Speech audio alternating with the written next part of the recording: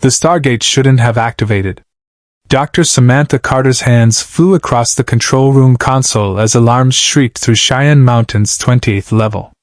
Below her, through reinforced glass, the massive ring trembled, all 9 chevrons glowing simultaneously in defiance of every physical law she understood. The inner track rotated without input, symbols locking in sequences that didn't exist in any database. Chevron 8 encoded. Sergeant Davis's voice cracked with confusion. That's impossible, Carter breathed.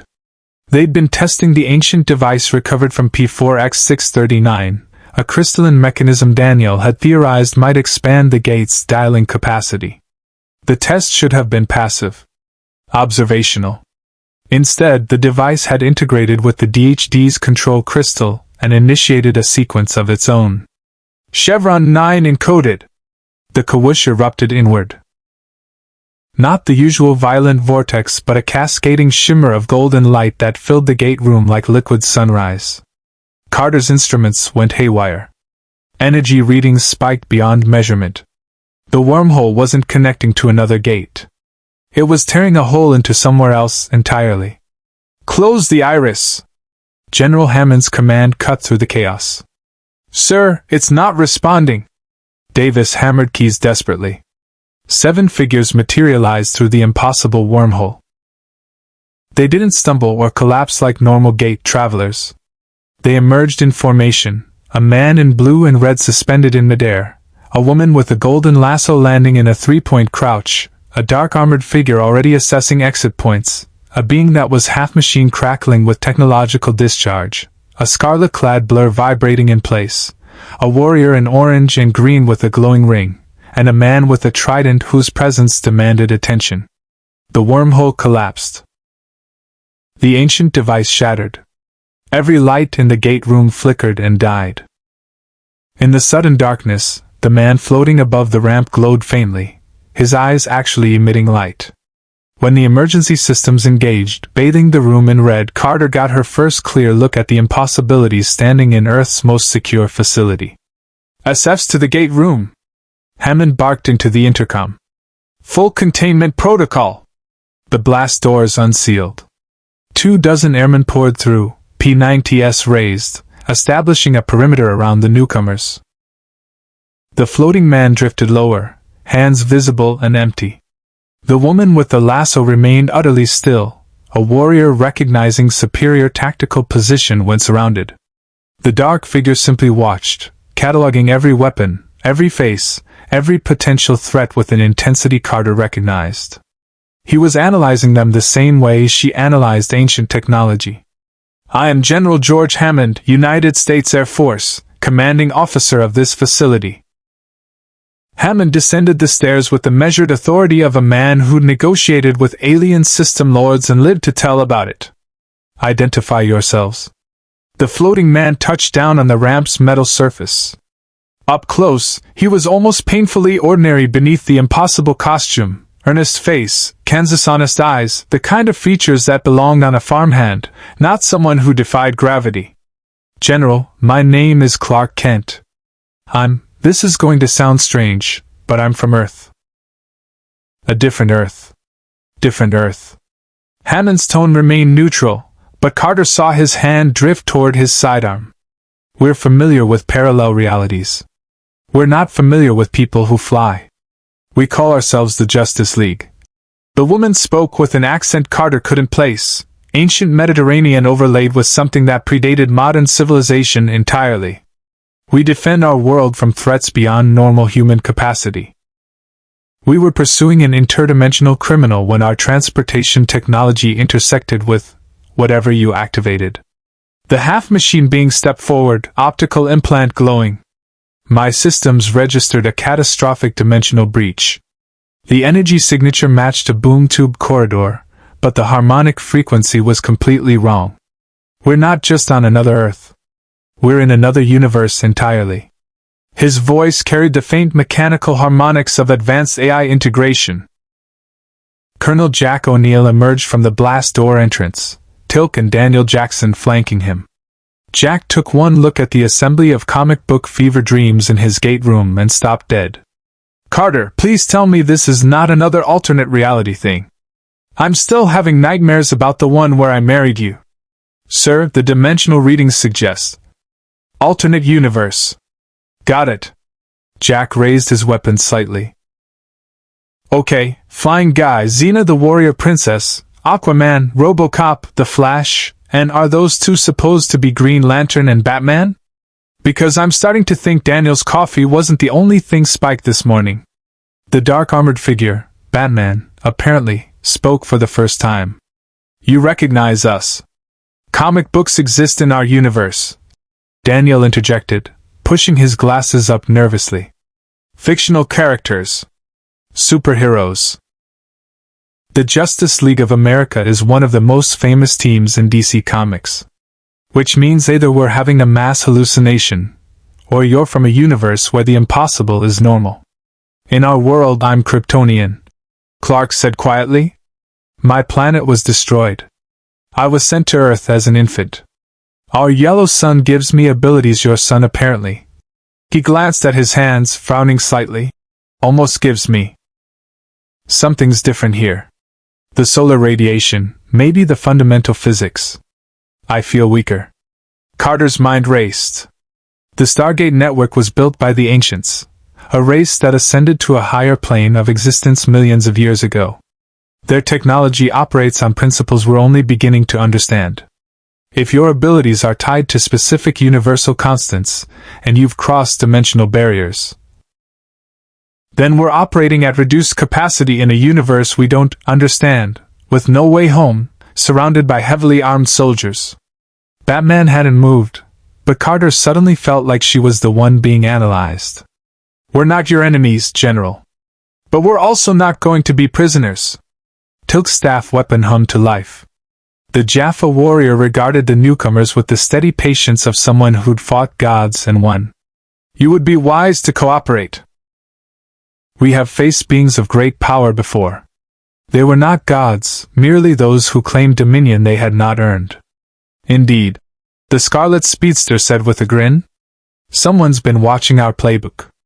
Hammond studied the standoff with the expression of a man calculating acceptable losses against potential gains. 7 beings who could potentially tear through his facility, versus Earth's first line of defense against galactic threats. The math wasn't encouraging either way. Lower your weapons, Hammond ordered.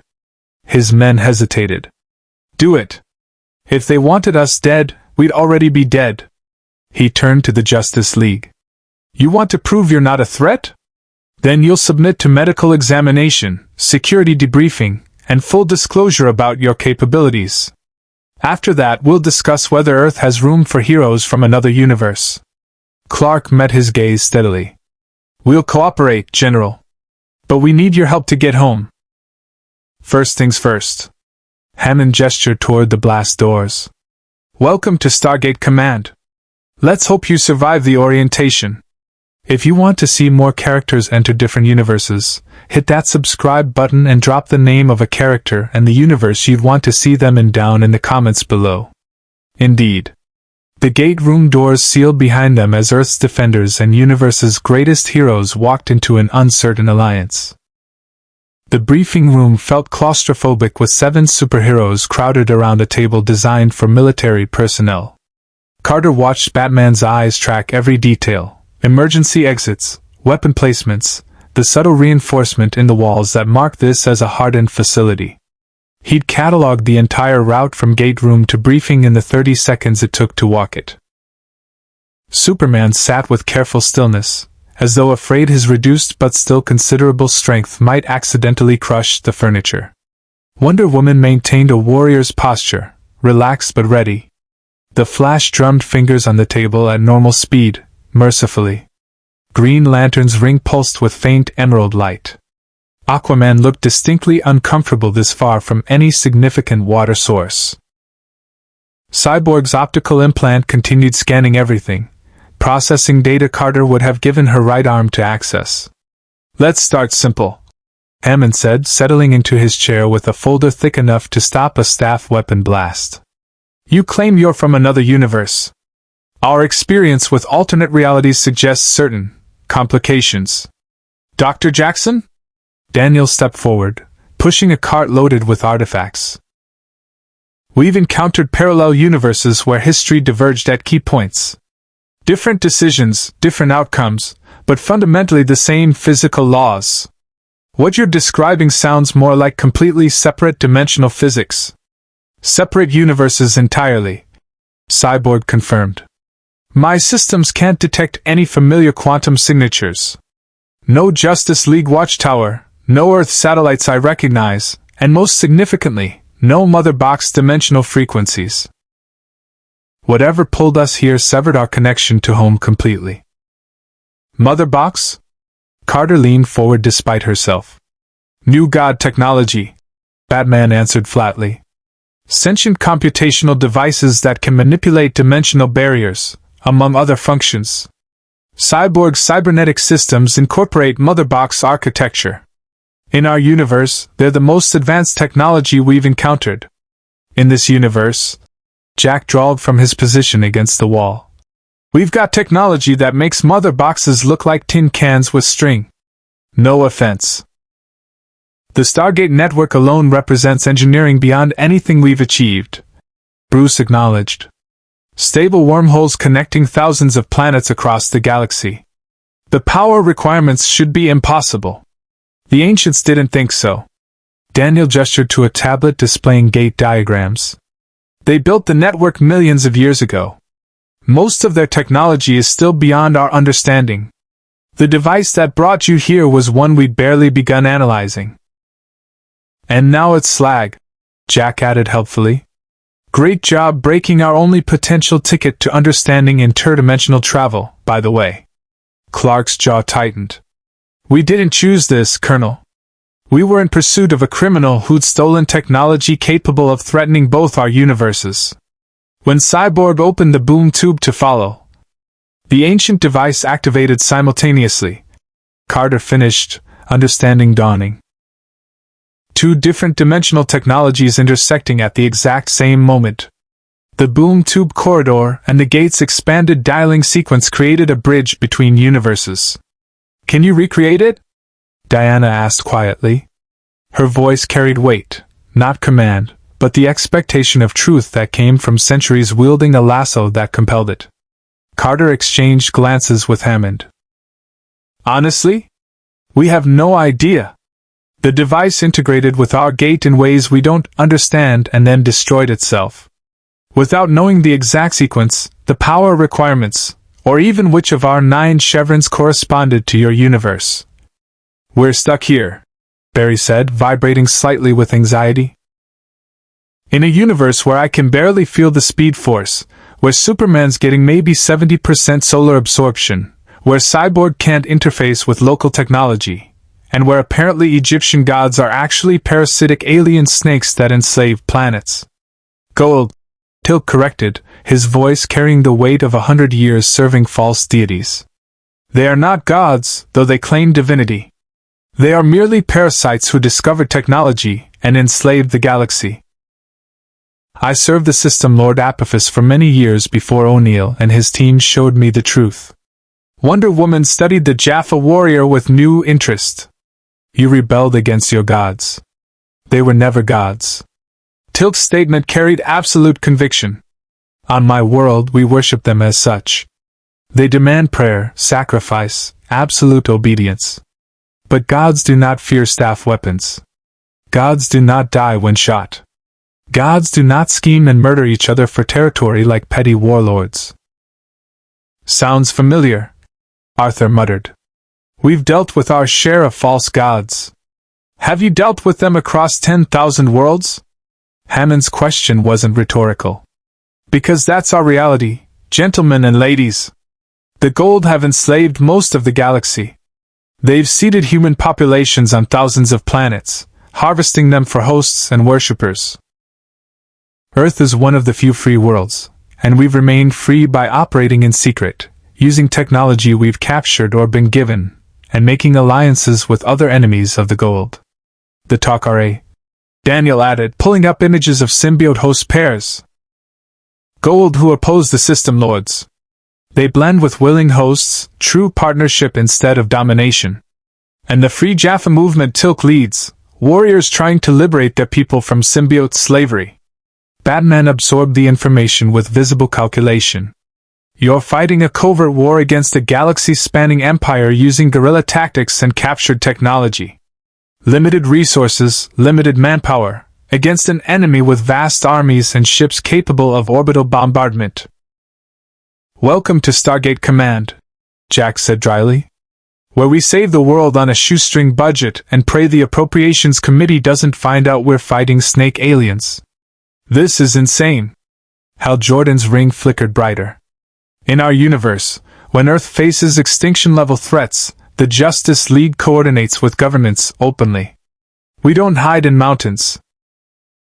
In your universe, do those governments have warships in orbit ready to glass your cities if they find out about alien technology? Carter's question landed hard. The Goa'uld maintain power through fear and overwhelming force.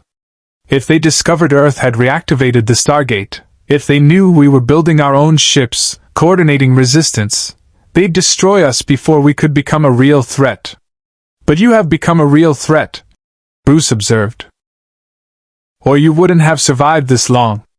Hammond stood, decision made. Here's what's going to happen. Dr. Fraser will conduct medical examinations, non-invasive, purely diagnostic. We need to understand your physiology if you're going to operate in this universe. Colonel O'Neill, you'll provide full security briefing on SGC operations, clearance levels, and operational protocols.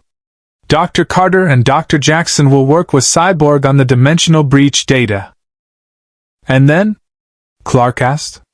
Then we figure out if the Justice League has a place in the Stargate program, Hammond said bluntly. Because right now, you're 7 highly capable individuals stranded in a war zone with no way home. You can either work with us, sit in comfortable detention while we try to send you back, or try to leave and see how far you get before the NID or a Goa'uld scout ship finds you. Wonder Woman rose, and every eye tracked her movement. General Hammond, in our world we fight for those who cannot fight for themselves. If what you've told us is true, if billions live in slavery across the stars while Earth fights alone, then honor demands we help, regardless of our own circumstances. Honor's a luxury, Princess, Jack said, but his tone had softened slightly. But it's one we appreciate around here. The SGC infirmary hummed with activity Dr. Janet Fraser had never quite experienced. Superman floated 3 inches above the examination table because lying down felt weird at reduced power levels. Wonder Woman's vital signs registered as peak human perfection with inexplicable energy signatures Fraser's instruments couldn't classify. Batman had refused examination entirely until Jack threatened to have Tilk sit on him. The Flash's metabolism burned so hot he'd already consumed the entire emergency ration supply. This is fascinating, Fraser murmured, studying Superman's blood work. Your cells are absorbing solar radiation and converting it to energy, but the efficiency is maybe 70% of what you're describing as normal. The wavelength distribution of our sun must be slightly different. Different universe, different stellar formation constants, Carter suggested, peering over Fraser's shoulder at the molecular scans. Clark, what happens if we supplement with concentrated UV exposure? In my universe, red sun radiation weakens me. Yellow sun strengthens me. Superman frowned. I don't know what your sun qualifies as. Well, let's not experiment with artificial red sun lamps, Jack said from the doorway. Last thing we need is Superman turned into Clark Kent, accountant. Across the room, Cyborg sat motionless while Carter's team swarmed his systems with scanning equipment. His optical implant tracked their movements with barely contained frustration. I'm telling you, my interface protocols are completely incompatible. Your technology uses naquadah-based power systems with crystalline computing architecture. My systems are quantum processor-based with mother box dimensional routing. It's like trying to run Windows on an abacus. Naquadah conducts energy at the quantum level, Carter countered, excitement bleeding into her voice. If we could create a translation matrix between your quantum processors and our crystalline systems, you need to rewrite my entire operating system. Cyborg's synthesized voice carried very human annoyance. Which, by the way, is integrated with my biological nervous system. One wrong translation and you're not debugging code, you're giving me a stroke. Point taken. Carter stepped back, though her fingers twitched toward her tablet. But if we solve the interface problem, you could potentially control ancient technology directly. That would be dangerous, Batman interjected. He'd endured exactly 12 seconds of examination before producing medical records so comprehensive Fraser had nothing to add. Victor's technology comes from a sentient source. Introducing it to technology built by ascended beings creates unknown variables. I've got a variable for you. Barry called from the treadmill where he'd been running diagnostics. My connection to the speed force is weakening. In my universe, it's a constant. I can feel it like a heartbeat. Here, it's fading. Like trying to hear music through water. Hal Jordan looked up from where his ring projected complex mathematical formulas. The Guardians aren't responding either. My ring's power is finite without recharge, and the central power battery is literally universes away. I've got maybe 48 hours of charge left before I'm just a test pilot with jewelry. The mood in the infirmary shifted. These weren't invulnerable gods adjusting to a new playground. They were professionals watching their capabilities degrade in real time, stranded in a hostile universe with no backup and a ticking clock. Okay, new priority, Hammond announced, entering with SG-1 in tow. We need to know what you can do in this universe, not what you could do in yours. Colonel O'Neill is taking you off-world. Controlled environment, tactical assessment, see how you function in the field. Off-world? Diana's hand moved to her lasso instinctively. Through the Stargate, Daniel explained, his archaeologist's enthusiasm briefly overriding the situation's gravity. We've scheduled a routine supply run to P3R118, uninhabited planet, ancient ruins, perfectly safe. It'll give you a feel for gate travel and let us see how you operate. And if we refuse? Bruce's question was clinical, not challenging. Then you stay here while we figure out dimensional physics, Jack said flatly. Look, I get it. You're used to calling the shots in your universe. But here, we've been doing this for 5 years. We've lost people to Goa'uld ambushes, ancient booby traps, and things that make your dark side look like a middle management problem. You want our help getting home? You play by our rules. Arthur stood, trident materializing in his hand with a thought. Apparently Atlantean magic worked fine across dimensional barriers. You speak of leadership, Colonel. In my world I rule a kingdom. I've commanded armies against surface world invasions and deep ocean horrors that would shatter human minds. Don't mistake cooperation for submission. Tilk rose to meet him, staff weapon in hand. For a long moment, two warriors from different universes measured each other. Then Tilk inclined his head fractionally. You carry yourself as one who has earned authority through battle, not mere birthright. I respect this. But O'Neill has also earned his authority. Here, in this facility, his word is law. Just as on Atlantis, yours would be. The tension held, then broke as Arthur nodded. A fair point. Where I command, I expect obedience. While I am here, I will extend the same courtesy. Great, everybody's friends, Jack said. Carter, you're with me on this milk run. Daniel, Tilk, same. We'll take, let's say Wonder Woman, Batman, and Superman. Leave the speedster and the Atlantean here with Fraser. No offense, but one of you sets records running and the other breathes water. Not exactly optimal for desert planet archaeology. None taken, Barry said, though he looked disappointed. I'll just be here. Eating. Everything. 20 minutes later, Carter stood in the control room watching the Justice League experience their first gate activation. The inner ring spun, chevrons locked with mechanical precision, and the kawoosh erupted outward in its familiar violent glory before stabilizing into the shimmering event horizon. Superman stared at the vertical puddle of impossible physics. That's incredible. Yeah, it never gets old. Jack agreed. Okay, standard procedure. MALP goes first, checks atmosphere and hostiles. Then we go through. Wormholes one-way travel, disintegrates you into your component atoms, shoots you across the galaxy at faster than light speeds, and reassembles you on the other side. First time's a little weird. You're joking, Bruce said. Nope. Also, try not to think about it too hard while you're in transit. Some people get existential. Diana drew her sword, testing its weight. I have crossed between Themyscira and the world of men through mystical barriers. I have flown between worlds in spacecraft. I have died and returned from Hades itself. I do not fear your Stargate, Colonel O'Neill.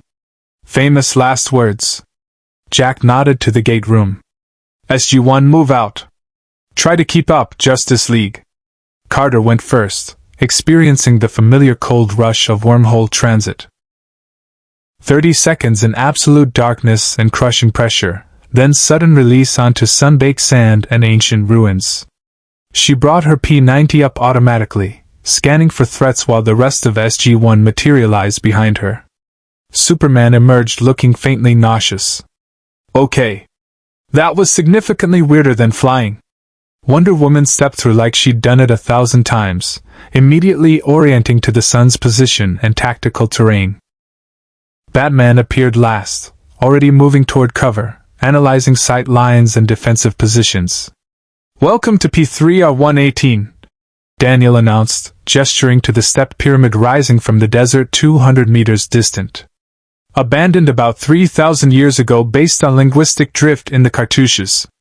Probably a Goa'uld outpost, but the locals rebelled and the staff weapon blast took him in the chest. Superman moved before the second blast fired.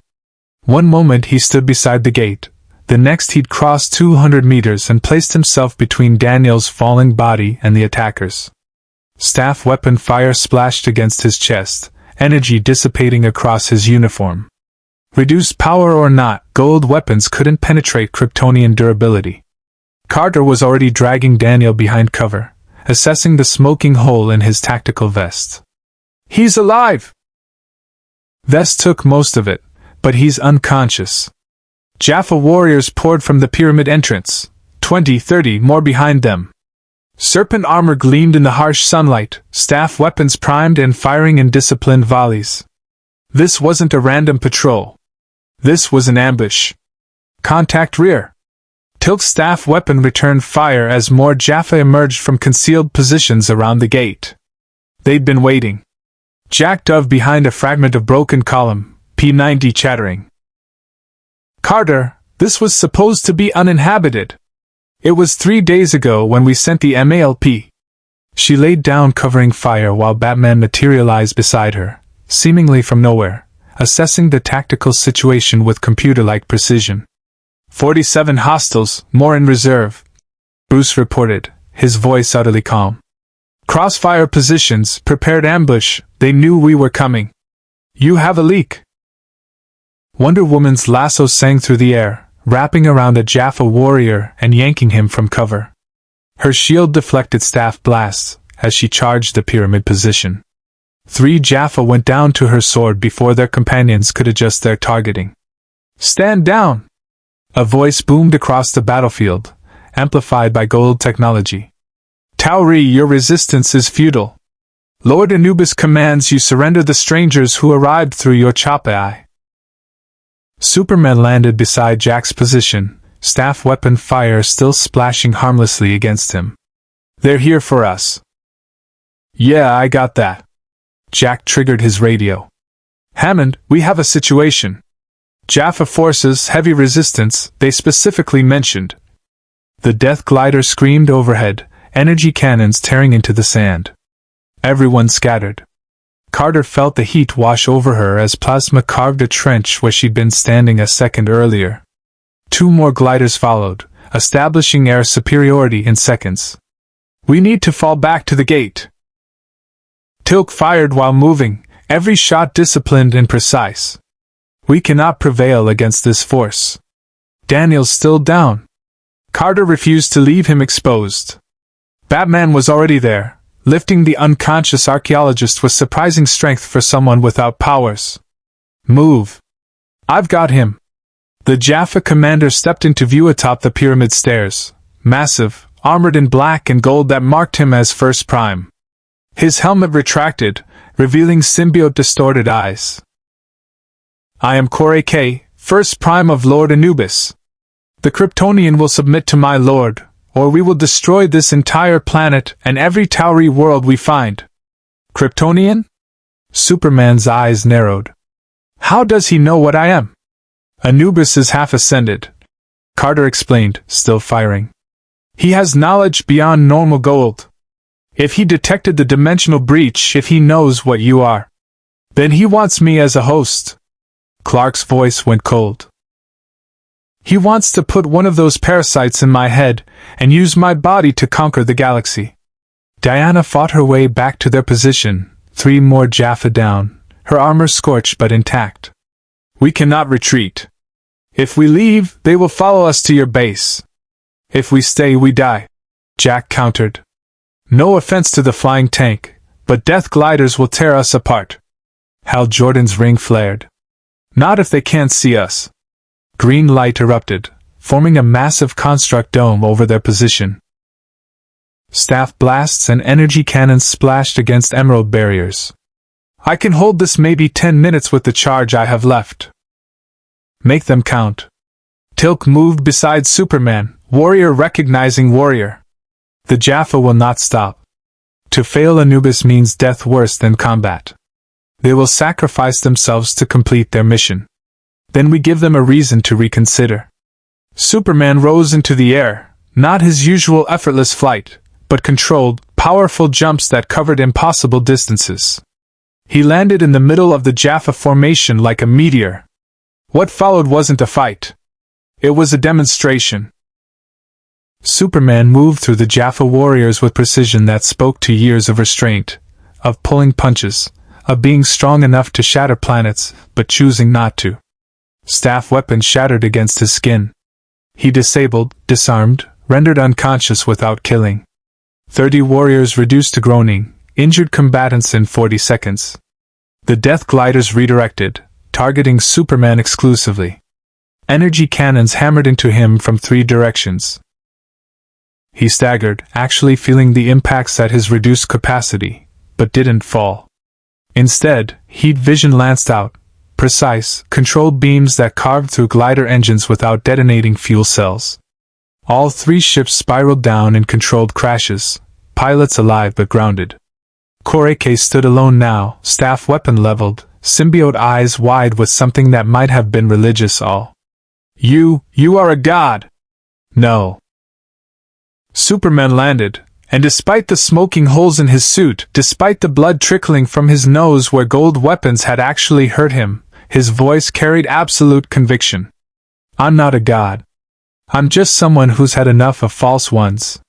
Lord Anubis will claim you." K snarled. "He has foreseen it. You will be his ultimate host, and with your power, he will ascend beyond the others, become the one true." Wonder Woman's lasso settled around the First Prime's neck. Golden light flared, and the lasso of truth compelled answers no interrogation could extract.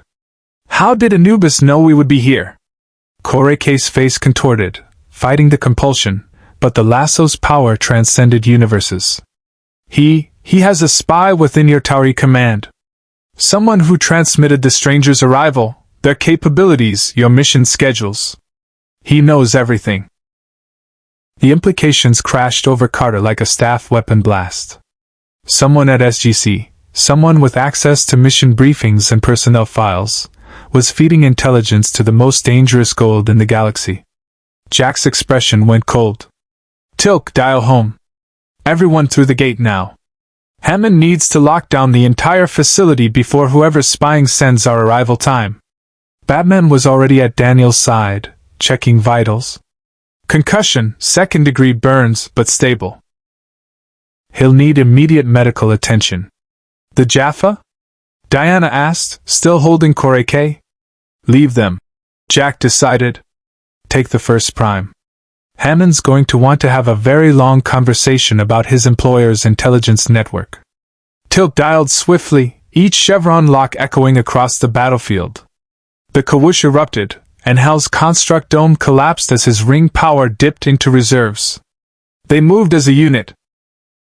SG-1s practiced efficiency integrating with the Justice League's combat experience. Superman was last through, pausing at the event horizon to look back at the groaning Jaffa warriors. Warriors who'd follow the false god's orders without question, who'd die for masters claiming divinity they hadn't earned. Just like millions across the galaxy.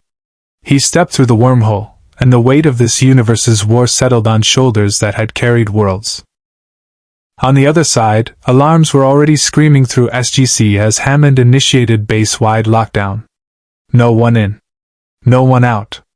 Somewhere in this facility, a traitor was transmitting to Anubis. And now the half-ascended Goa'uld knew exactly what the Justice League could do. K sat in the SGC detention cell, serpent armor stripped away, revealing the pouch in his abdomen where his symbiote nestled. The First Prime maintained stoic silence even as Wonder Woman's lasso coiled around his wrists, golden light pulsing with each question. How does Anubis communicate with his spy? Diana's voice remained patient, but Carter saw the warrior's jaw tighten with each evasion. I do not know. The compelled truth. I receive orders through HOTAC transmissions. The spy's identity is unknown to me. Lord Anubis trusts no one with such information. Batman stood in the corner, cowl pushed back, studying K with the intensity he usually reserved for Gotham's worst. But you know the spy exists.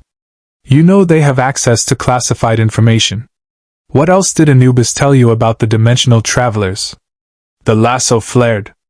K's face contorted as truth ripped from him against his will.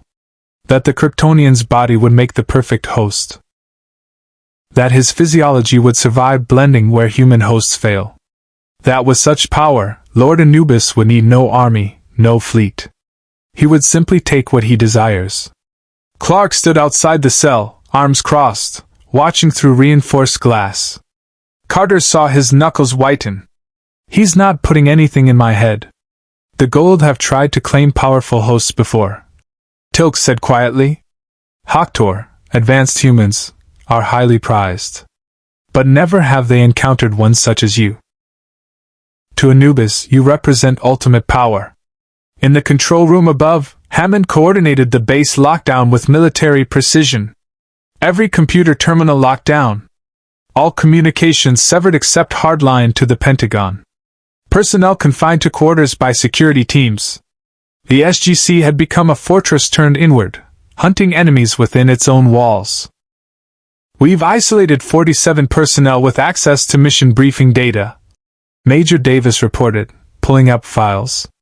Cross-referencing with anyone who had opportunity to transmit since the Justice League's arrival gives us 12 possibles. Jack studied the names, face grim. I know these people. Served with half of them. This is going to gut morale. Or save lives, Batman said, entering the control room with Diana. He'd left K with 4 armed guards and what he called insurance. A batarang wedged in the cell's door mechanism that would seal permanently if tampered with. Your spy transmitted detailed intelligence about Superman's capabilities. That means Anubis knows his weaknesses, his power levels in this universe, exactly how much he's been diminished. And he still wants him. Carter pulled up the mission logs. Which means even at reduced capacity, Superman represents a threat Anubis can't ignore or an asset he can't resist. Cyborg's holographic interface materialized above the conference table, his processing power dedicated to sifting communication logs. Found something. Encrypted burst transmission 3 hours after the Justice League arrived. Routed through 17 relay protocols, but the origin point is definitely SGC. Can you trace it? Hammond demanded. Already did. Terminated at. Cyborg's optical implant flared with surprise. A HOTAC in geosynchronous orbit over Antarctica. How did they get a mothership that close to Earth without detection? They didn't. Tilk's expression darkened. Anubis possesses cloaking technology beyond standard Goa'uld capabilities. His study of ancient knowledge has given him advantages no other system lord commands. Jack slammed his hand on the table. So we've got a spy we can't identify, feeding intel to a half-ascended snake with a cloaked mothership in orbit, who specifically wants to shove a parasite into Superman's brain. Anyone else feel like we're having a really bad day? We've had worse, Daniel said weakly from the infirmary bed where Fraser was still treating his burns. He'd insisted on joining via video link despite her protests. Remember the time loop? Or when we were stuck in virtual reality? Or literally every time we've encountered Anubis? Daniel, buddy, you're not helping. Barry phased through the wall. Lockdown protocols meant nothing to someone who could vibrate through solid matter. Carrying a tray of sandwiches from the commissary. Okay, I did some reconnaissance. Talked to people, tested reactions, observed body language at super speed. Your spy is good. Nobody's showing obvious tells. Because they're professional military or experienced scientists, Bruce observed. Trained to compartmentalize, maintain operational security. Classic interrogation techniques won't work quickly enough. The lasso would, Diana said. Question each suspect individually.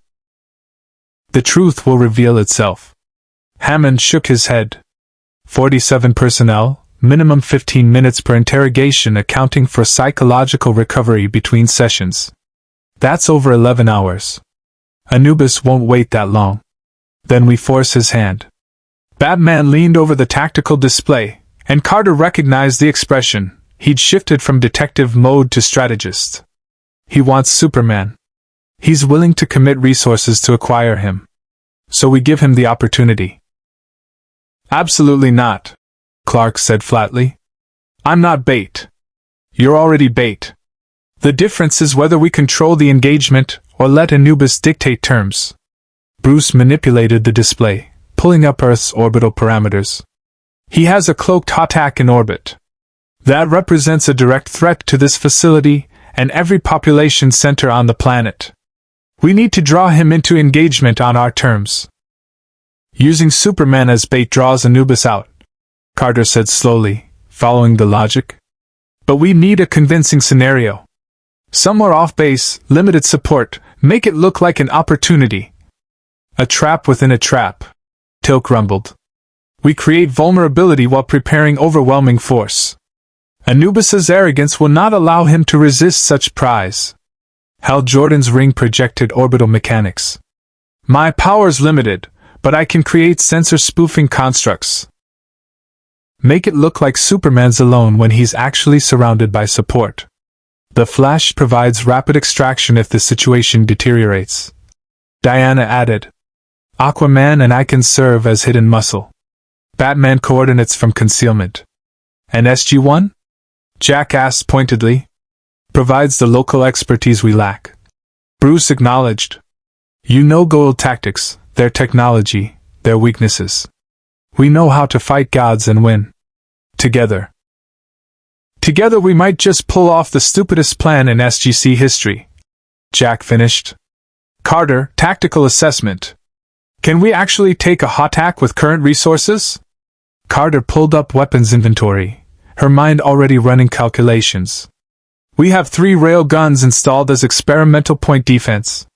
Prometheus is still 6 months from operational status. Standard ordnance is useless against Goa'uld shields. But if we could disable the shield generators... I can phase through their shields, Barry offered. Plant explosives, sabotage systems, general superspeed mayhem.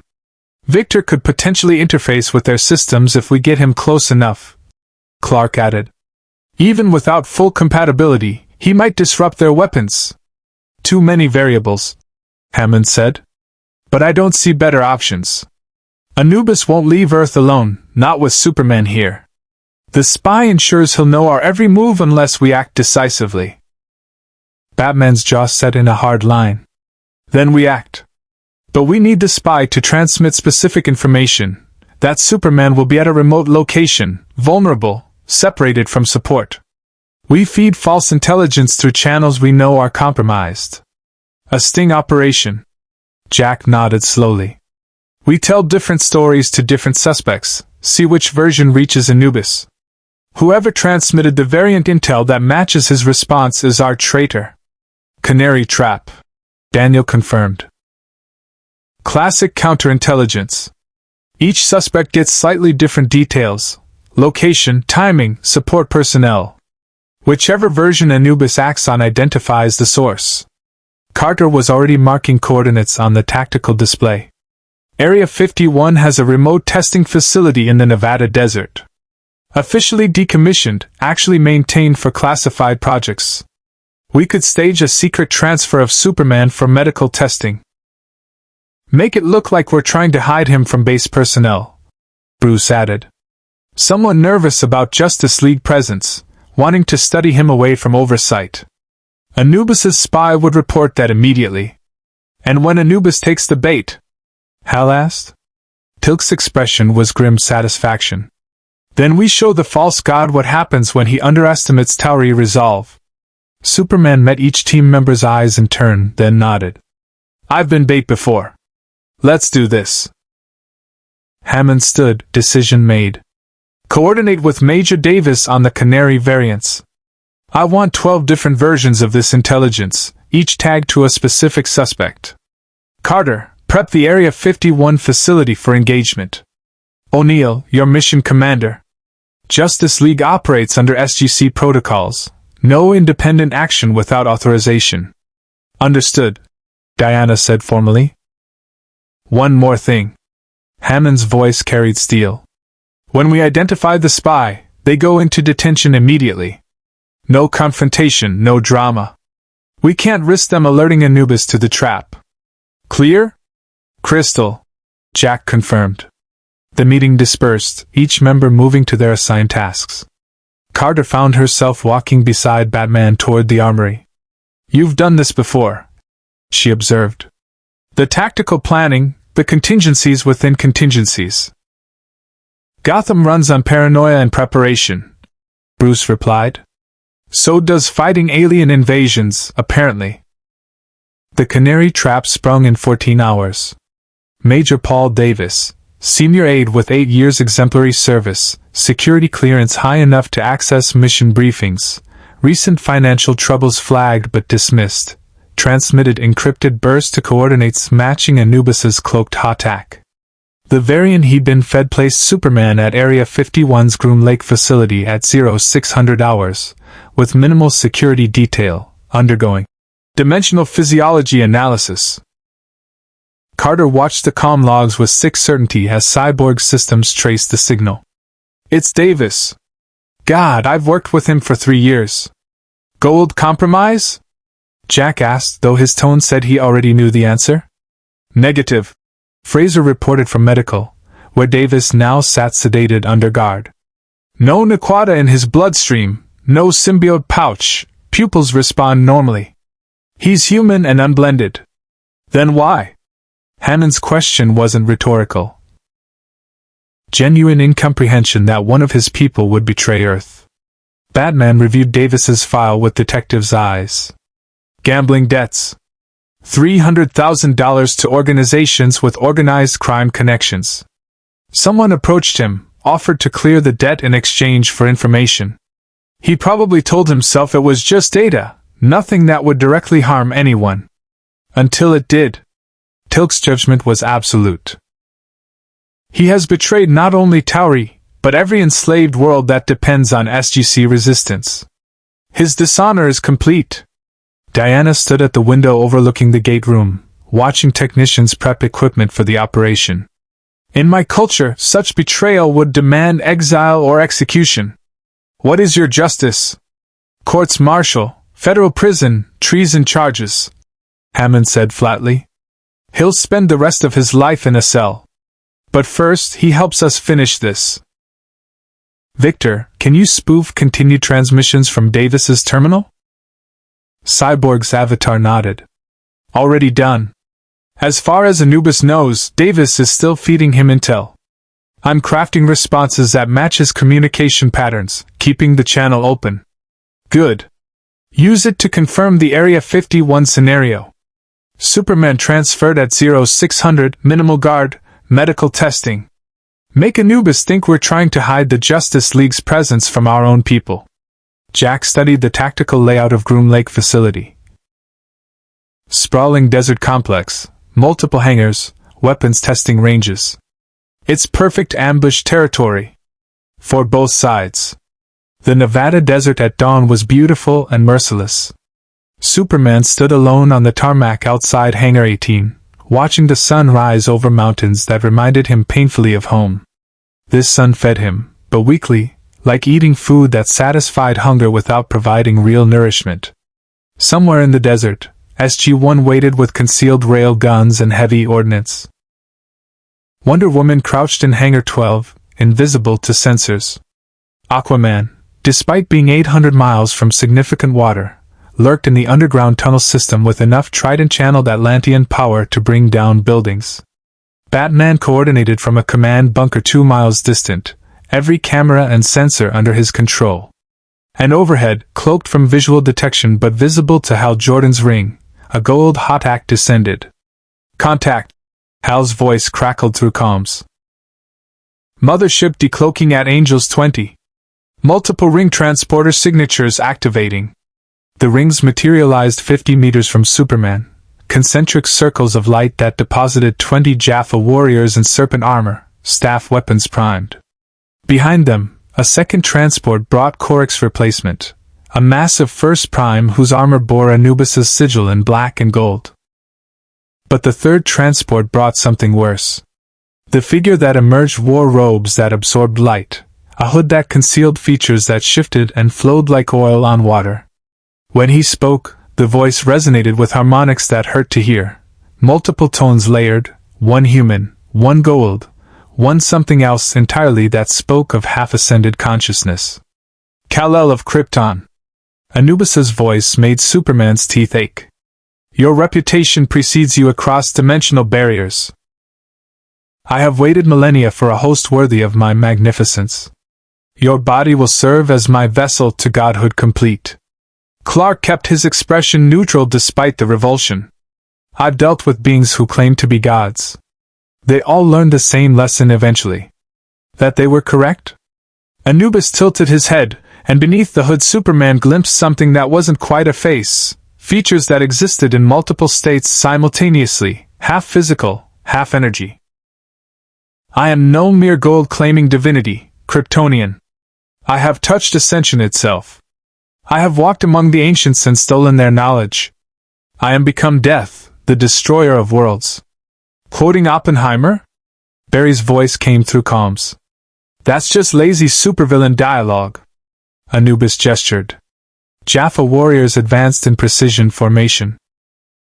You will submit to blending, or I will destroy this facility, the mountain that houses your Chopei, and every city on this planet until you surrender. The choice is yours. Here's my choice. Superman rose into the air, and despite reduced power, despite fighting in a universe that weakened him, he was still Kryptonian. No. Heat vision lanced out, not at Anubis, but at the Hotax ring transporter. Precision beams severed control crystals, disabling reinforcement capability. Jaffa warriors scattered as their escape route vanished. Now! Batman's command triggered chaos. Railgun rounds screamed from concealed positions, tungsten penetrators moving at hypersonic velocities. Goa'uld shields flared but couldn't adapt to kinetic weapons traveling at relativistic speeds. 3 shots punched through the Hotax's lower hull. Wonder Woman burst from Hangar 12, a warrior goddess in full battle fury. Her lasso snared 5 Jaffa simultaneously, yanking them off their feet. Her sword sang, staff weapons falling in pieces. The Flash became a scarlet tornado, disarming warriors before they could fire, moving so fast he appeared in 6 places simultaneously. Even weakened by dimensional displacement, he was still fast enough to be functionally invisible to human perception. Aquaman erupted from underground access, trident blazing with power that had nothing to do with water and everything to do with ancient Atlantean magic. Energy waves knocked Jaffa warriors airborne. Tilk led SG-1 from concealment, staff weapon and P-90 fire coordinated with brutal efficiency. Jaffa, Kree! You serve a false god who offers only death. Lay down your weapons. Some did. Others, too indoctrinated or too afraid of Anubis's retribution, fought with suicidal determination. And through it all, Anubis simply watched. Impressive. His tone carried amusement, not concern. You coordinate well for beings who have known each other mere days. But you misunderstand the situation. He raised one hand. Energy crackled, not gold ribbon device power, but something older, more fundamental. Ancient technology responding to stolen knowledge. Superman felt it hit him like a freight train made of pure force. He crashed through Hangar 18's wall, through 3 internal structures, into the desert floor hard enough to create a crater. I do not need warriors, Kryptonian. Anubis drifted forward, hovering without technology, moving with power that transcended Goa'uld limitations. I do not need ships. I am beyond such mortal concerns. Hal's constructs formed around the half-ascended being, emerald chains, barriers, constructs designed to contain cosmic threats. Anubis looked at them almost curiously, then they simply unmade themselves, dissolving into constituent light. Your will is strong, Green Lantern. But will means nothing against one who has transcended will itself. Batman's voice cut through calms, urgent. He's using ancient knowledge. Technology that responds to thought, that manipulates energy at quantum levels. Our conventional tactics won't. Anubis gestured toward the command bunker. 2 miles of reinforced concrete and steel collapsed inward like cardboard. Bruce's transmission cut to static. Carter watched from her position, horror crystallizing into tactical assessment. He's not just half-ascended. He's using ancient weapons platforms. There must be a control chair nearby, something he can manipulate remotely with his enhanced consciousness. The Antarctica outpost. Daniel's voice came through, distant, accessing ancient databases from SGC. He found it. He's channeling drone weapons, shield technology, everything the ancients built for defense. Superman pulled himself from the crater, bleeding from a dozen cuts where Anubis's attack had actually pierced his durability. This wasn't Goa'uld technology. This was something that could hurt him even in his own universe. You see now. Anubis descended, warriors forgotten, focused entirely on the Kryptonian before him. I have transcended the limitations of flesh. When I take your body as my host, I will combine Kryptonian power with ancient knowledge. I will be unstoppable. Not if I stop you first. Clark charged, moving at speeds that would shatter sound barriers. Anubis didn't move. Ancient shield technology materialized, and Superman hit it like striking a planet. The impact cratered the desert floor, sent shockwaves across Groom Lake, shattered every window in a 2-mile radius. And Anubis simply smiled beneath his shifting hood. The command bunker collapse should have killed Batman. Should have crushed him under tons of concrete and steel, turned the world's greatest detective into a statistic in Anubis's campaign of terror. Instead, Cyborg had phased his technology interfacing arm through the bunker's structural supports the moment sensors detected ancient energy signatures. The building collapsed around a pocket of space held stable by mother box-derived force fields straining at dimensional compatibility limits. Can't hold it much longer. Victor grunted, his organic half sweating with effort, while his mechanical components routed power through systems never designed for this universe's physics. 30 seconds, maybe 40. Bruce was already moving, grabbing equipment, prioritizing intel over weapons. The Antarctica outpost. Anubis is channeling power through an ancient control chair remotely. That's how he's manifesting abilities beyond standard Goa'uld limits. Can you sever the connection? Not from here.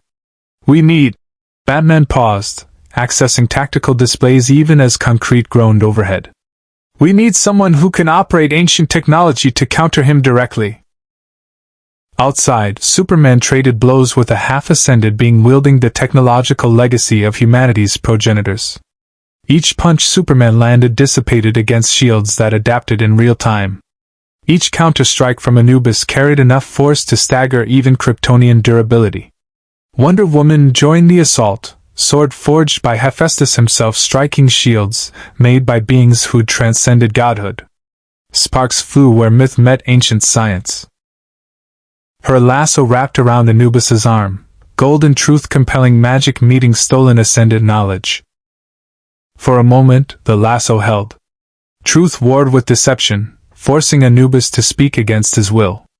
I was cast out, by the ancients, for seeking power over ascension. I studied their technology, murdered my way through their secrets, took what they refused to share. His voice twisted with rage and compulsion. I will claim godhood they denied me, starting with the Kryptonian's body. Then ancient energy surged, and the lasso burned away to ash. Diana staggered back, hand blistered where magical artifact met technology that predated magic itself. Your toys mean nothing! Anubis raised both hands. Drone weapons materialized from subspace, ancient defense systems designed to protect against threats that could shatter planets. A dozen yellow energy projectiles locked onto the Justice League simultaneously. The flash grabbed Diana and Superman, vibrating all three out of phase just as drones fired. Explosions carved craters the size of city blocks. Aquaman's trident barely deflected one, the impact driving him 50 meters backward. We can't win this! Hal's constructs strained against drone fire, emerald barriers fracturing under assault. He's got the entire ancient weapons grid backing him up. Tilk fired his staff weapon with calm precision, targeting not Anubis but the Jaffa warriors still standing. Then we deprive him of his army. Jaffa! You witness your god struggle against Tauri and their allies. Is this the invincible lord you serve? Is this the god worthy of your devotion? Several warriors hesitated. Doubt, fatal in combat, more fatal still in religious certainty, crept into their formations. Carter sprinted across the battlefield to SG-1's position, dodging staff blasts and drone fire. Jack, we need to get to Antarctica. There's an ancient outpost under the ice. That's where Anubis is drawing power from. If we can shut down the control chair. Antarctica's 7,000 miles away. Jack shouted back, dropping a Jaffa with 3-round bursts. Unless you've got a really fast plane, we're not making that trip. I've got something faster. Barry appeared beside them, moving at normal speed for once. I can phase people through matter, carry passengers at super speed. It'll drain me completely, leave me powerless for hours, but I can get 2 people to Antarctica in minutes. Can you navigate? I've memorized every map in your database. The Flash grinned despite the chaos. Photographic memory plus super speed reading equals perfect recall. Just point me at coordinates. Daniel's voice crackled through comms from SGC. The outpost is at coordinates 77 degrees south, 104 degrees west. Ancient control chair in the central chamber. Requires ATA gene to operate. Major problem. We don't have anyone with a natural gene on site. Carter has the artificial gene therapy, but using ancient technology against a being who's spent millennia studying it might not work. Carter finished grimly. He'll counter anything I try. Then we need someone he won't expect. Batman emerged from the collapsed bunker, Cyborg phasing them both through rubble. Blood ran from a cut above Bruce's eye, but his voice remained analytically calm. Someone whose abilities don't rely on this universe's physics. Someone whose willpower is literally their superpower. Hal Jordan's ring flared understanding. The control chair responds to mental commands. My ring does the same thing, willpower given form. If I can interface. The chair requires the ATA gene. Carter protested. Then give me the gene therapy. Emergency injection, field administration. I've had worse things in my bloodstream. Hal was already moving toward her position, constructs still holding against drone bombardment. Barry gets me and the doctor to Antarctica. I sit in the chair, and I think really hard about shutting Anubis down. That's insane, Jack said. That's Tuesday for the Justice League. Hal countered. Flash, how fast can you run? Fast enough. Barry's eyes crackled with speed force lightning, fading but present. This will burn out my connection to the Speed Force completely in this universe. I won't be able to run again until we find a way home. You sure about this? Do it. Carter prepped the gene therapy injector, normally a process requiring hours of medical observation, compressed into a 30-second field application. The needle hissed against Hal's neck, ancient genetic markers flooding his system, rewriting portions of his DNA to match the ancient's activation sequence. You'll feel disoriented, possible hallucinations, definitely nausea. Save the side effects lecture. Hal's ring blazed as his body adapted to alien genetics. Flash, grab the dock and let's move. Barry took Carter's hand, grabbed Hal's shoulder, and reality blurred. From Superman's perspective, they simply vanished. Scarlet lightning traced the only evidence they'd existed. One moment present, next moment 7,000 miles away. Anubis noticed. His featureless face turned toward where they'd stood, ancient sensors tracking dimensional displacement. No. No! You will not deny me this victory! The Hatak's weapon systems came online. Energy cannons designed to glass planets targeted Area 51's coordinates. If he couldn't have Superman, he'd destroy everything. Wonder Woman met Superman's eyes across the battlefield. No words needed, they'd fought together too long, saved too many worlds. She knew what he was thinking. Go, she commanded. Stop that ship. We'll handle the ground forces. Clark nodded once, then launched skyward. Reduced power or not, he was still the last son of Krypton. His fist struck the Hatak shields like a meteor, and for the first time, Goa'uld technology met something it couldn't easily stop. Inside the Hatak's bridge, system alarms screamed. The Kryptonian was punching through shields, through hull plating, through bulkheads. Crews scrambled for escape pods. Superman tore through the ship's superstructure, targeting weapons systems with heat vision, dismantling energy cannons with his bare hands. Not destroying, disabling. Crew were slaves to false gods, not willing participants. He wouldn't kill them for Anubis's ambitions. In Antarctica, Barry Allen collapsed in the snow, Speed Force connection severed, body ordinary human for the first time in years. Carter caught him, dragging him toward the ice outpost entrance. And Hal Jordan sat in a chair built by beings who transcended mortality, wearing a ring powered by willpower itself, and reached out with his mind toward technology that responded to thought. The chair activated. Ancient systems recognized the gene. And Hal Jordan, test pilot from Earth DC, began wrestling a half-ascended Goa'uld for control of weapons that could reshape reality. Anubis, Hal said, his voice amplified through ancient communication arrays across the planet. Let's see whose will is stronger. The ancient control chair recognized Hal Jordan as both salvation and impossibility. His mind interfaced with technology designed for beings who'd abandoned physical form, but the ATA gene provided the gateway. His ring, powered by will itself, formed the bridge.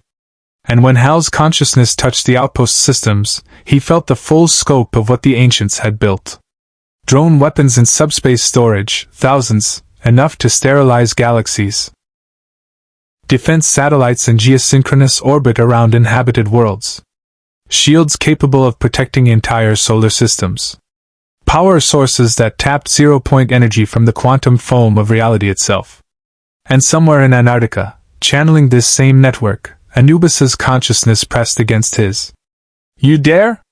The half-ascended Goa'uld's voice resonated through ancient communication systems, bypassing sound entirely to vibrate directly in Hal's skull. I have studied these systems for millennia.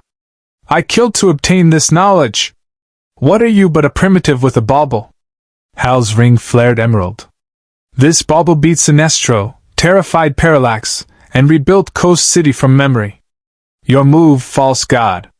In Nevada, the drone weapons targeting the Justice League stuttered, their guidance systems fighting between two operators. Half tracked toward Superman's position on the Hatak. Half locked onto Anubis himself. The half-ascended being snarled, redirecting power, but Hal's willpower matched him thought for thought. Where Anubis commanded drones to fire, Hal ordered them to stand by. Where Anubis activated shields, Hal opened pathways for attack. Superman felt the hot axe shields collapse. His fists punched through the final hull layer into the bridge. Jaffa pilots threw down weapons, hands raised.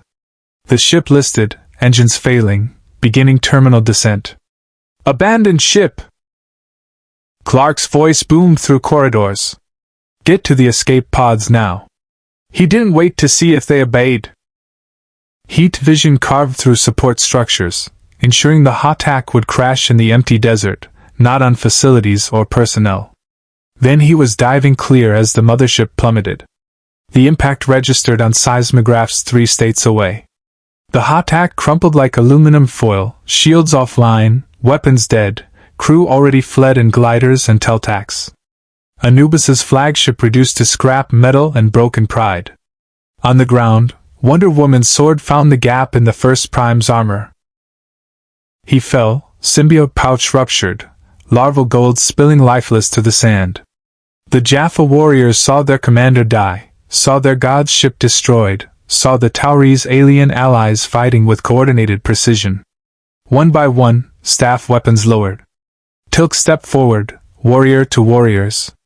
You have served false gods long enough. I offer you choice your masters never granted. Join the free Jaffa. Fight for liberation. Or return to slavery and die for those who see you as disposable. We choose freedom. The nearest Jaffa dropped his weapon completely. Teach us to fight as you do, Chauvier. I am no traitor. Tilk corrected firmly. I am free. As you can be. But Anubis wasn't finished. The half-ascended being rose above the battlefield, physical form dissolving partially into energy. He'd abandoned pretense of corporeality, channeling power directly from the ancient outposts through sheer force of will against Hal's resistance. You cost me a ship. You cost me warriors. You will not cost me the Kryptonian. Energy lanced from his outstretched hands, not Goa'uld technology, but ascended power itself, rules-bending reality manipulation that shouldn't exist on the physical plane. The ancients had laws against this, restrictions preventing ascended beings from interfering with mortal affairs. Anubis had broken every one. Superman caught the blast full force.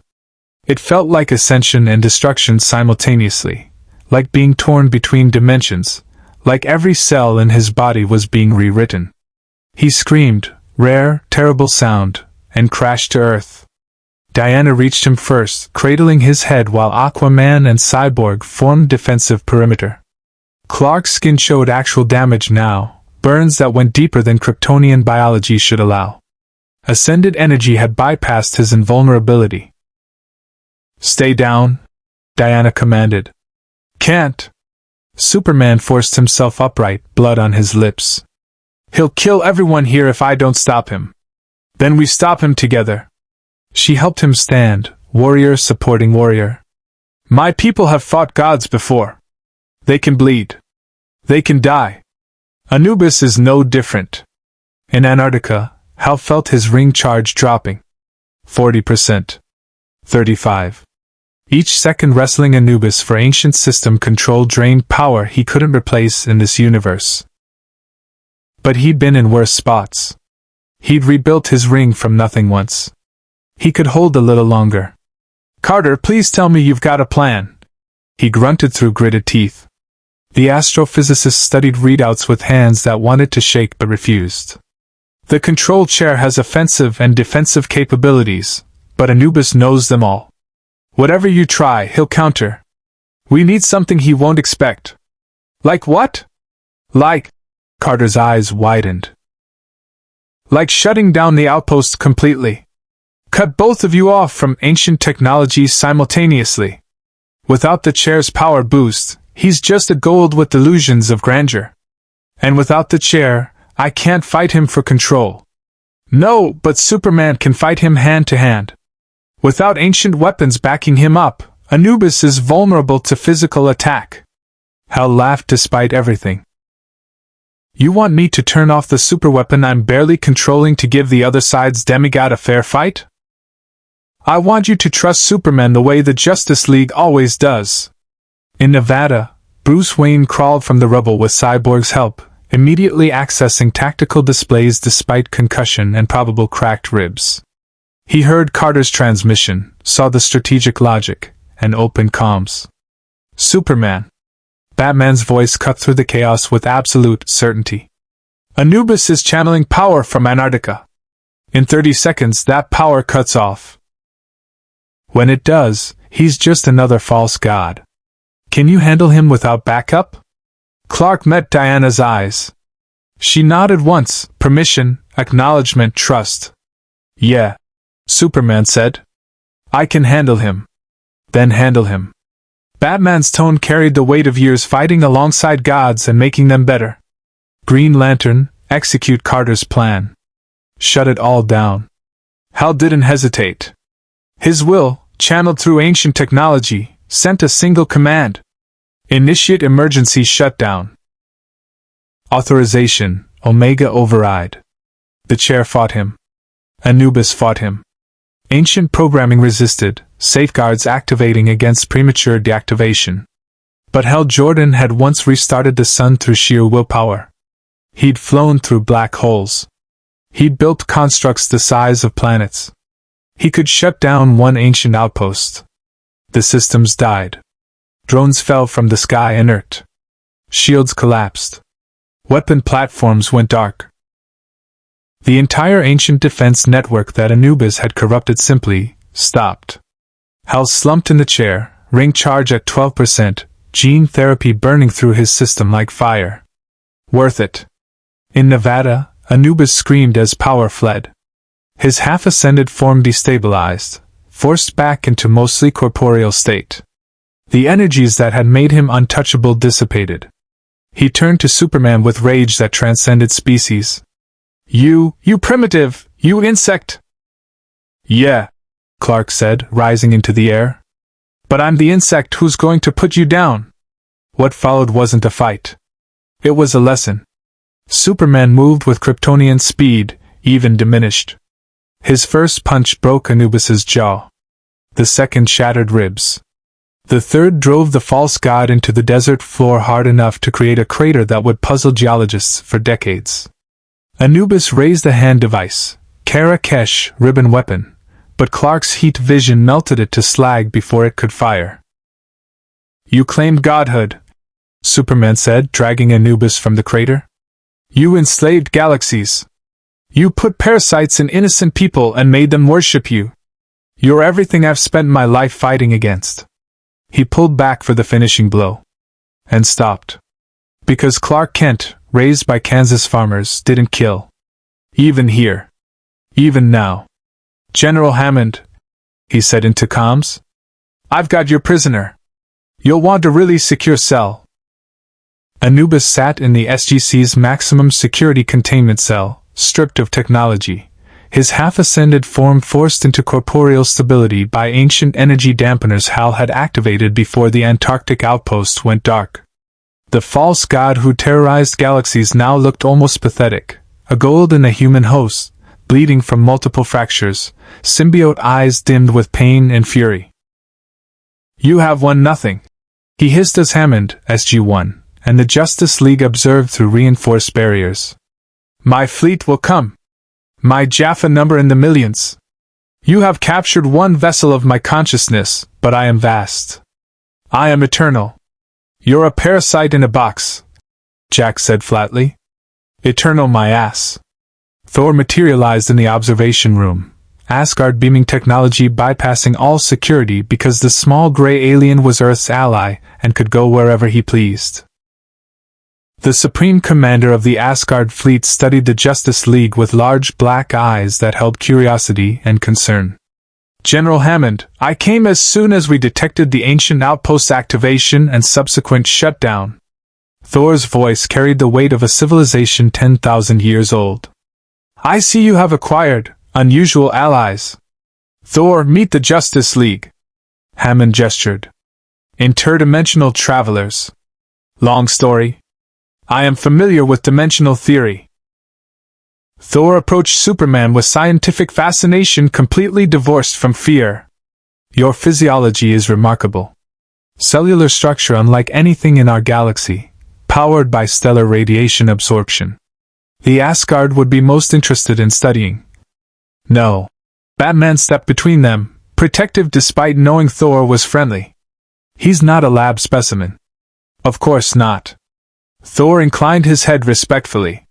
Forgive me. We have been searching for solutions to our cloning degradation for centuries. When I observe a being of such robust genetic health, hope overcomes courtesy. Clark's expression softened. You're dying? Your entire species? Slowly.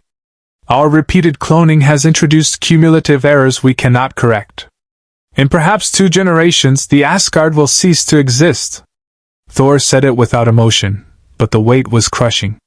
We had hoped ancient technology might provide answers, but most is beyond even our understanding. Cyborg's optical implant focused on Thor with new interest. Your technology is incredible, beaming, hyperspace, holographics. But it's all built on a degrading biological foundation. You need genetic revitalization, not better machines. An accurate assessment. What if? Victor looked at Superman. What if Kryptonian genetic material could provide a template? Not cloning, but genetic markers that could stabilize. No. Clark's voice was firm. I'm the last Kryptonian. My DNA isn't a resource to distribute. I've seen what happens when people try to replicate Kryptonian abilities. It never ends well. But if it could save an entire civilization, then they'd need my informed consent, proper ethical oversight, and guarantees it wouldn't be weaponized. Superman met Thor's eyes. If we find a way home, if we establish communication between our universes, maybe then we talk about this. But not now. Not under these circumstances. Thor nodded slowly. Your caution is wise. The Asgard respects such boundaries. We will not press the issue. Daniel entered the observation room with tablets covered in ancient text, excitement overriding the bandages still wrapped around his torso. I've been analyzing the data from the Antarctic outpost.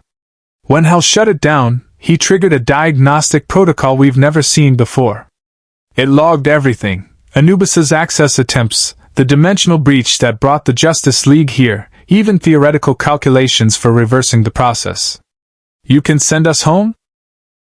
Diana asked, hope carefully controlled. Maybe. Eventually. The math is complicated. Daniel pulled up equations that made Carter's eyes light up with scientific fervor.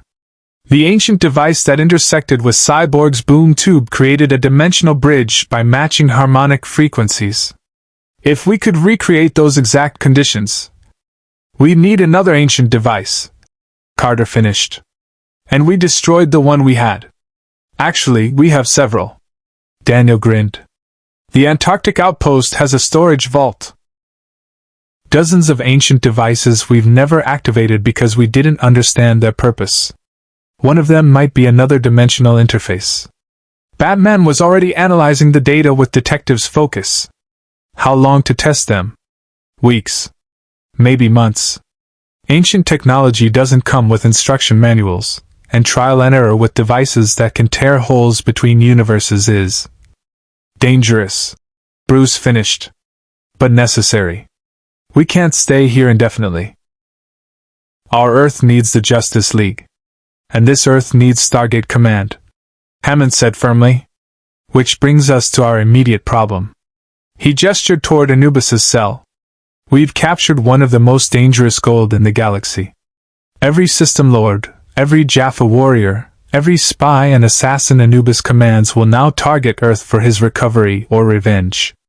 Tilk's expression was grim satisfaction mixed with tactical concern. Anubis's capture will create power vacuum among the system lords. Some will seek to free him and gain favor. Others will rejoice in his imprisonment and move to claim his territory. The galaxy will destabilize.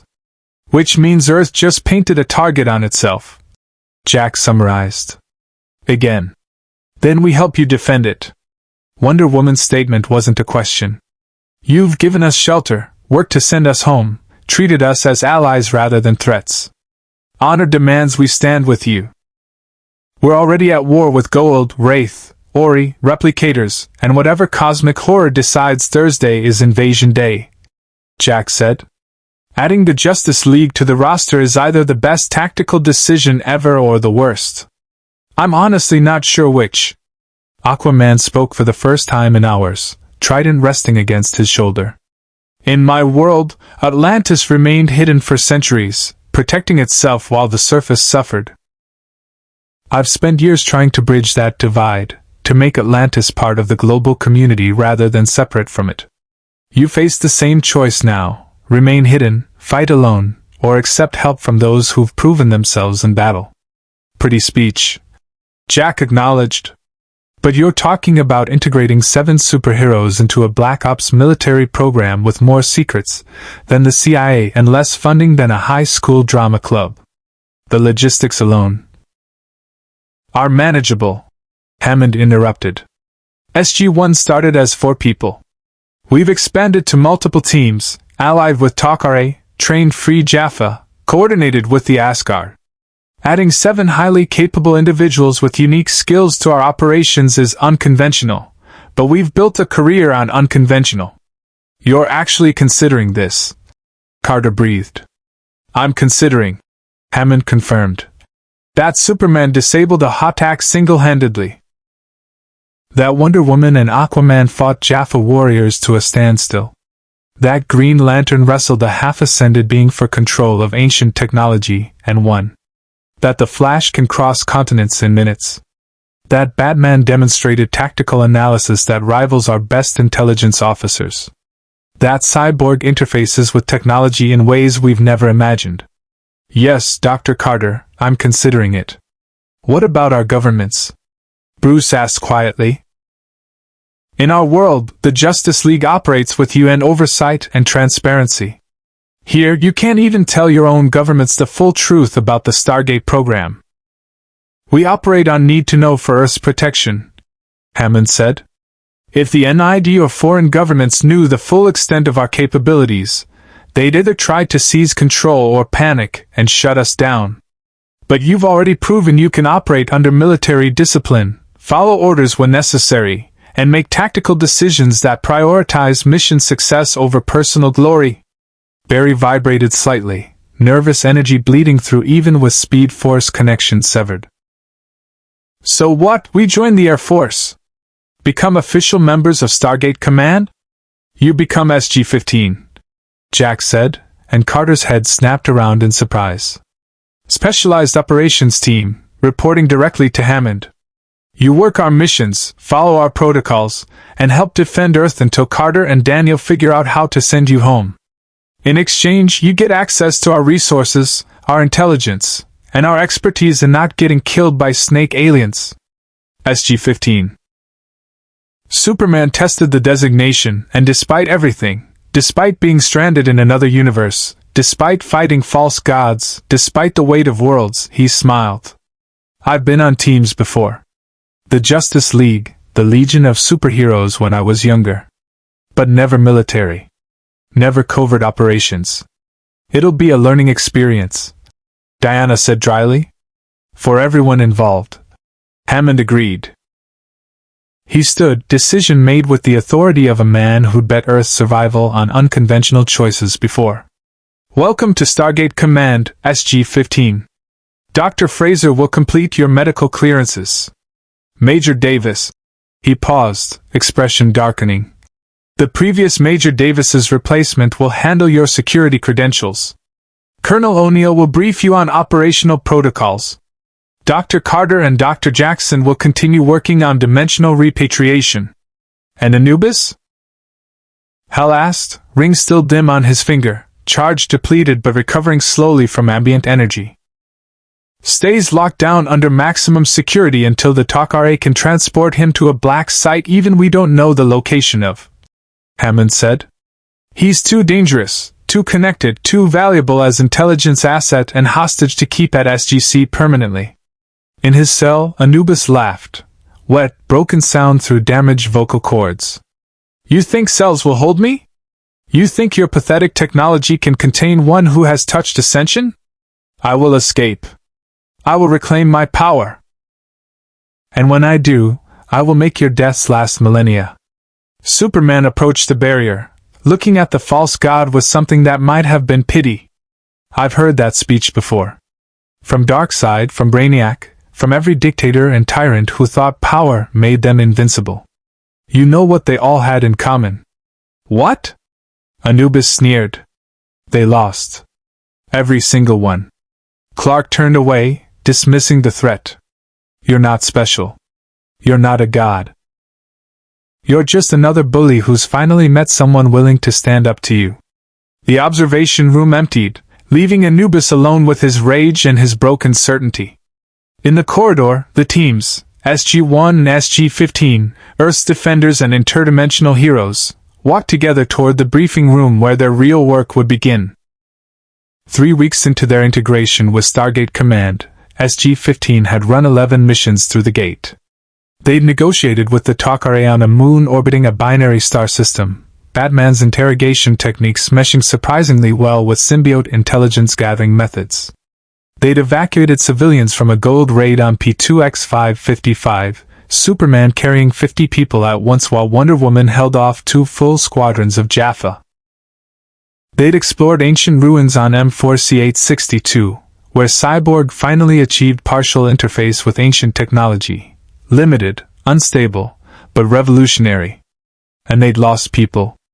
Airman Jake Morrison, assigned as SG-15's military liaison, caught a staff blast protecting Barry during an ambush. The Flash had been powerless, still recovering from his dimensional depletion. Morrison died instantly. It was Superman who carried his body back through the gate, who attended the memorial service in dress uniform hastily altered to fit Kryptonian physiology, who stood at attention while Hammond folded the flag and presented it to Morrison's mother. "This is different than our world," Clark said quietly that night in the SGC commissary, nursing coffee that tasted wrong in this universe. Carter sat across from him, equally exhausted, mission reports scattered between them. "How so?" "In our universe, the Justice League prevents disasters. We stop world-ending threats before they materialize. We save everyone." His jaw tightened. "Here, you calculate acceptable losses. You send teams through the gate knowing some won't come back. You make peace with sacrifice. We don't make peace with it," Carter corrected gently. "We never make peace with it. But we accept it because the alternative is letting the Goa'uld enslave billions unopposed. Every person we lose is tragedy. Every mission we complete saves thousands more. In my world, I'd find another way. In this world, sometimes there isn't one." She met his eyes with scientist's clarity and soldier's experience. "You're still thinking like Superman, invulnerable, capable of handling everything alone. But here you're part of a team. Part of a military operation where sometimes the mission succeeds and people still die." Diana entered the commissary, warrior's exhaustion evident despite her posture. She'd been training with free Jaffa warriors, teaching them Amazonian combat techniques, learning their staff weapon tactics in return. Colonel O'Neill requests SG-1 and SG-15 in the briefing room. "We have a situation." The situation, displayed on the briefing room screens, was Thor's Asgard science vessel in geosynchronous orbit transmitting distress signals. "Replicators," Thor's holographic image explained, his small form flickering with damage to the projection systems. "They boarded my ship 17 minutes ago. My shields are failing. I have perhaps 1 hour before they consume the vessel entirely and gain access to Asgard database containing Earth's gate addresses, our alliance details, everything." "Beam out," Jack said immediately. "Get to Earth, blow the ship." "I cannot. The replicators have adapted to our beaming technology, created interference that prevents transport. And if I destroy the ship, the replicators will simply fall to Earth. They survive re-entry, consume your technology, replicate exponentially. Your planet would be consumed within days." Batman was already strategizing. "We board the ship, fight to engineering, overload the reactors in a controlled cascade that destroys the replicators at molecular level. High risk, single-point failure, perfect mission for SG-15. You've never faced replicators. Teal'c warned. They adapt to energy weapons within seconds. Physical trauma slows them briefly, but they repair themselves using consumed technology. They are nearly unstoppable. Nearly isn't impossible. Hal's ring glowed, charged back to 60% after weeks of ambient energy absorption. I've fought nanite swarms before. Construct barriers can contain them temporarily. And I can vibrate through their molecular structure, Barry added. He'd recovered partial speed-force connection, not full capacity, but functional. Disrupt their cohesion at quantum level. Aquaman's trident channels mystical energy, Diana noted. Magic affects technology differently than conventional weapons. It might bypass their adaptations. Carter, tactical assessment. Hammond's command cut through planning. Can we do this? She pulled up Asgard's ship schematics, calculating blast radiuses and containment protocols. If we evacuate Thor, establish anti-replicator gun perimeter and engineering, and create redundant overload protocols, success probability is maybe 40%. Failure means replicators reach Earth. 40%. Hammond studied the Justice League, Superman still processing Morrison's death, Batman running calculations, Wonder Woman ready for war, Flash recovering power, Green Lantern analyzing energy signatures, Aquaman and Cyborg comparing notes on technological adaptation. Heroes from another universe who'd been here 3 weeks. Who'd bled with SGC, mourned with them, learned their protocols and earned their trust. SG-1 and SG-15 will board the Asgard vessel, Hammond decided. Thor, can you create a localized beaming pocket long enough to get our teams aboard? Affirmative. But once you are on the ship, I cannot extract you. The replicator's interference will prevent further transport. So we win, or we die with the ship. Jack checked his P90, expression grim. Standard Tuesday. Daniel adjusted his glasses nervously. For the record, I'd like to state that boarding an Asgard vessel overrun by self-replicating nanite swarms that adapt to every weapon we have is possibly the worst plan we've ever had. Noted, Jack said. Carter, grab the ARG. Teal'c, staff weapons and P90S. SG-15, bring your A-game. We've got 1 hour to save Thor's ship, prevent replicator invasion of Earth, and not die horribly. Questions? Superman stood, and despite the moral weight he still carried, despite being stranded far from home, despite losing Morrison and 100 other small compromises this universe demanded, he was still the Man of Steel. Let's go save the world. Again. The gate activated. Not for transport. Asgard beaming would handle insertion. But because somewhere in the back of Carter's mind, an idea was forming about dimensional frequencies and transportation technology. She made a mental note for later, if they survived. Thor's hologram flickered one last time. Tauri, your assistance in this matter demonstrates why the Asgard chose Earth as protected world. You face impossible odds with courage most species reserve for certain victory. I am honored to fight beside you. The honor's ours, Hammond said. Bring our people home, Supreme Commander. White light enveloped both teams. Asgard beaming technology disassembled them at molecular level, transmitted them through space, reassembled them aboard Thor's science vessel in a corridor already half consumed by silver blocks that moved with insected coordination. The replicators detected intruders instantly. Thousands of blocks swarmed from bulkheads, ceiling, floor, adapting, calculating, attacking. Contact! Jack's P90 opened up, kinetic rounds shattering blocks that immediately began self-repair. Wonder Woman's sword sang, each strike destroying blocks through mystical enhancement that bypassed technological adaptation. Her lasso wrapped around the swarm, golden truth binding temporarily disrupting their hive coordination. Superman waded through the mass, heat vision carving paths, super strength crushing blocks faster than they could repair. But for every 10 destroyed, 20 more emerged. The Flash became a scarlet whirlwind, vibrating through replicator masses, disrupting molecular bonds at quantum level. His recovered but limited speed force connection strained, but held. Green Lantern's constructs formed barriers, containment fields, weapons that matched replicator adaptation through sheer creative variation. Each construct different, forcing new adaptations, buying seconds. Aquaman's trident blazed with Atlantean power, energy waves that treated the replicators as water to be parted, controlled, commanded through magic older than technology. And Cyborg, Victor Stone, who'd spent 3 weeks failing to properly interface with this universe's tech, finally found something familiar. Replicators were technology. Adaptable, hostile, but fundamentally computational. His cybernetic systems reached out, not to control, but to communicate. They're networked, he reported, optical implant blazing. Hive mind processing.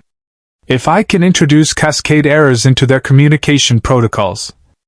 Batman was already beside him, fingers flying over salvaged ancient tablet they'd brought from SGC. Use this. Ancient anti-replicator code. It won't destroy them, but it'll slow their processing. Carter activated the ARG, anti-replicator gun, weapon specifically designed for this threat. Energy pulses disintegrated blocks completely, preventing regeneration. Path to engineering, now. They fought as one, 2 teams from different worlds, united by necessity and forged by 3 weeks of blood and gate missions into something greater than either alone. The engineering section blazed with warnings. Replicators consumed the reactor shielding, adapted to containment fields, replicated toward critical mass. Thor stood at the core controls, small gray form surrounded by silver death, maintaining reactor stability through sheer determination and Asgard genius. Overload protocols ready, he reported. Activate on your signal, General Hammond. But Hammond wasn't listening to the transmission. He was watching his teams, Earth's defenders and universe-displaced heroes, fight for survival against impossible odds. Watching them win. All teams, fall back to extraction point, Hammond ordered. Thor, execute overload on my mark. 30-second countdown, then detonate. We're getting everyone out. Negative, Thor said calmly. Beaming interference prevents extraction. The overload will destroy myself and the replicators. It is acceptable sacrifice. Like hell it is. Superman grabbed Thor, ignoring the Supreme Commander's protests. Barry, can you phase us all out if I punch through the hull? If we time it perfectly, vibrate everyone simultaneously during explosive decompression, yeah? Maybe. Probably die horribly, but maybe. Good enough. Clark's eyes blazed. Everyone grab onto someone else. Chain formation. When I breach the hull, Barry phases us, Hell shields us, and we ride the decompression into space. Hammond, have the Prometheus pick us up. The Prometheus is still 6 months from operational. It's operational as of 2 days ago. Carter interrupted. Classified. Emergency authorization only. I can have them at these coordinates in 4 minutes. Jack laughed despite everything. I love it when you break protocol. Thor, set overload for 5 minutes. Everyone form up. We're doing the stupidest extraction in Stargate history. They linked, hand to shoulder, lasso to belt, construct chains binding the group. Superman positioned himself at the hull, heat vision ready. 3. He counted. 2. 1. Heat vision carved through reinforced Asgard alloy. Atmosphere exploded outward. Barry's speed force vibrated all 12 people simultaneously into phase-shifted state that let them pass through debris and replicators without collision. Hal's constructs formed environmental shields around everyone. They tumbled into space as Thor's vessel detonated behind them, controlled cascade that reduced replicators and shipped to constituent atoms. Prometheus emerged from hyperspace, Earth's first interstellar warship still smelling of fresh construction and unauthorized early deployment. Asgard beaming locked onto SG-1 and SG-15 signatures. White light. Molecular disassembly. Transport. Reassembly in Prometheus's cargo bay. They collapsed in a heap, 2 SG teams and 1 grateful Asgard Supreme Commander, alive against probability. That, Daniel wheezed, was significantly worse than the time we accidentally started a war with the Urandans. Worse than the time loop too, Jack agreed. Superman helped Diana to her feet, then extended a hand to Thor. You okay? I am functional. And grateful. Thor's large black eyes studied Clark with renewed appreciation. The Justice League has saved the Asgard twice now, once from genetic degradation hope through your presence, once from replicator consumption through your action. This debt will not be forgotten. Hammond's face appeared on view screen. All teams accounted for. Replicator threat neutralized. Prometheus, returned to Earth. Well done, people. In the cargo bay, surrounded by scorched uniforms and depleted equipment, SG-1 and SG-15 allowed themselves a moment of victory. 3 weeks, Barry said wonderingly. We've been here 3 weeks and already saved the world twice, fought false gods, stopped an invasion, and became part of a Black Ops military program. Is this normal for you guys? Unfortunately, yes, Carter sighed. Clark looked at his team, at Diana's satisfied warrior smile, at Bruce's calculating relief, at Hal's dimming but triumphant ring, at Barry's exhausted grin, at Arthur's quiet pride, at Victor's successful integration finally achieved. Then at SG-1, at Jack's dry humor masking genuine concern, at Carter's brilliant mind always calculating, at Daniel's academic excitement despite near-death, at Tilk's warrior respect earned through shared combat. We're going to find a way home, he said quietly. Carter and Daniel will crack the dimensional equations. We'll return to our Earth, our universe, our responsibilities there. But, Diana prompted. But until then, we're SG-15. We're Stargate Command. We defend this Earth like it's our own, because right now it is. Jack raised an imaginary glass. To SG-15. The team I never knew we needed and still don't understand how we got. Indeed, Tilk said, and the word carried weight of acceptance, respect, and something that might have been friendship. Prometheus jumped to hyperspace, carrying Earth's defenders home. And somewhere in SGC's laboratories, Carter stared at dimensional equations that were slowly, impossibly, beginning to make sense. 6 months after the Justice League's arrival through an impossible wormhole, Dr. Samantha Carter stood in the SGC gate room watching chevrons lock in a sequence that shouldn't exist. 9 symbols, the same configuration that had brought Earth's most unusual allies across dimensional barriers. The ancient device recovered from the Antarctic vault hummed with power, its crystalline structure resonating with frequencies Cyborg had spent months helping her decode. Beside it, Victor's cybernetic systems channeled energy through carefully constructed translation matrices that bridged Mother Box technology and ancient science. Theoretical dimensional bridge stabilizing. Carter reported to the observation room where Hammond, SG-1, and the rest of SG-15 watched. Harmonic frequencies matching the original breach parameters within 0.03% tolerance. Translation: We think this will work, Jack said. Maybe. Possibly. Hopefully won't explode and take Colorado with it. The kawoosh erupted, but wrong, beautiful.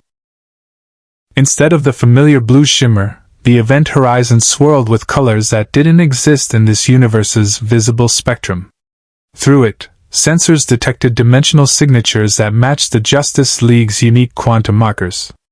It's a doorway, Daniel breathed. Not to another planet. To another universe entirely. Superman stood before the gate in the uniform he'd arrived in, repaired by SGC tailors who never worked with Kryptonian fabric before. 6 months of missions had changed him, taught him acceptable losses, tactical restraint, the difference between being Earth's greatest hero and being part of Earth's defense force. The wormhole will remain stable for 38 minutes, Carter said, voice tight with equations and emotion. After that, we may never recreate these exact conditions. Diana clasped forearms with Tilk, warrior to warrior. You have honored us with your trust, Jaffa. When the free Jaffa nation needs allies, the Amazons will remember. And I will remember the warrior who taught me that gods can be surpassed by those with sufficient will and honor. Toke replied. Bruce handed Jack a data drive.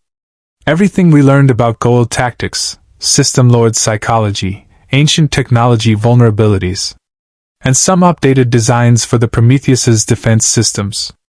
Just in case. Bat-proofing our spaceship. Jack pocketed the drive. I'll sleep better knowing that. Hal approached Carter, ring dim but functional after months of careful energy conservation and creative recharging through ancient power sources. Thank you for the gene therapy. Even if I can't use it in my universe, knowing I carry ancient genetic markers is unexpectedly meaningful. Thank you for saving Thor's ship.